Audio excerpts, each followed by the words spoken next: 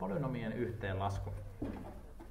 No, tässä on kysymys vain tämmöisten tietynlaisten erilaisten tavaroiden tai asioiden laskemisesta yhteen. Esimerkiksi vastaavalla tavalla, kun meillä on tässä kaksi tämmöistä laatikkoa, joissa kummassakin on hedelmiä. Toisessa on 4 omenaa ja 1 päärynä, toisessa on 2 omenaa ja 3 päärynää. No, jos me nyt muutetaan silleen kirjainmuotoa, 4 omenaa ja 1 päärynä, se on sama kuin 4o plus p, o on omena ja p on päärynä.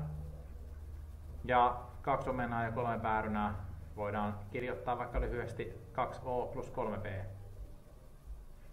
No, nyt tämä mitä me tähän kirjoitettiin, nämähän on vain 2 polynomia. Niissä on tommoset kirjaimet tossa, kirjainmuuttujat.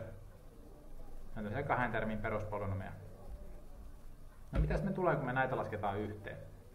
Otetaan nämä 4o plus p, on sulut ympärillä, koska tämä on yksi paketti. Ja 2o plus 3p, no se on tämä toinen paketti, siinä on nuo sulut ympärillä. No mehän voidaan lähteä ratkaisemaan sitä sillä tavalla, että otetaan nuo tavarat pois noista paketeista. Otetaan pakettien seinät pois. Nyt mitä meillä täällä siis on? Meillä on 4 omenaa ja 1 päärynä ja 2 omenaa ja 3 päärynää. 4 omenaa, 1 päärynä, 2 omenaa, 3 päärynää. No, nythän meillä tässä, mitä meillä tapahtuu? Käytännössä kun me katsotaan näitä lausekkeita, täältä vaan poistui sulut. Mitään sen kummempaa ei tullut lisää. On nämä, mitä täällä ekassa paketissa oli, ja siihen on lisätty nämä, mitä tässä toisessa paketissa oli. No, nyt me voidaan vaan sitten katsoa, että no montako omenaa täällä nyt on yhteensä. Ensin 4 ja sitten 2. Ensin 4 oota ja sitten 2 oota. Ja yhteensä 6. Sitten päärynöitä on ensin 1 ja sitten 3. 6 omenaa ja 4 päärynää. No, miten tässä siis käytännössä tehtiin tässä polynomin laskemisessa? Otettiin vaan sulut pois.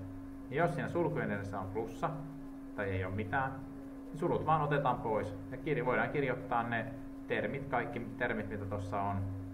4o, p, 2o ja 3p. Kaikki vaan peräkkäin. Ja kaikki nämä oli plussia, niin näissä on plussat kaikissa. No vielä enemmän. Eli, mitä tapahtuu? Ensin poistetaan sulut, mikä nyt kuuluu laskujärjestykseenkin, ja sitten yhdistetään samanmuotoiset termit. Eli ne, joissa on sama kirjainosa. Äsken ne oli oota ja p:tä. Ne voi olla vaikka x ja x toiseen tai mitä ikinä siellä onkaan. Samanmuotoiset termit yhdistetään keskenään. 2 esimerkkiä. 2x miinus 3 plus x plus 1. No, poistetaan sulut. Koska siellä ei ole mitään tai on vain plussa edessä, niin otetaan vaan sulut pois ja kirjoitetaan nämä kaikki termit peräkkäin. 2x miinus 3, x ja 1. No niin, ja sitten vaan yhdistetään samanmuotoiset. 2x ja x on samanmuotoiset, niissä on yhteensä 3x. Ja sitten miinus 3 ja plus 1 on samanmuotoiset. Miinus 3 plus 1 on miinus 2. Eli 3x tulee tuosta xistä ja miinus 2 tulee vakiotermeistä. No sitten toinen. 2x miinus 3 plus miinus x miinus 1. Otetaan sulut pois, niin sitten vaan kirjoitetaan nämä termit peräkkäin. 2x miinus 3 miinus x ja miinus 1. 2x miinus 3 miinus x miinus 1. Ja sitten yhdistetään taas.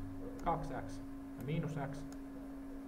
No, yhteensä on 2x pois 1x, niin jäljellä 1x. Miinus 3 miinus 1 on miinus 4. Eli x miinus 4.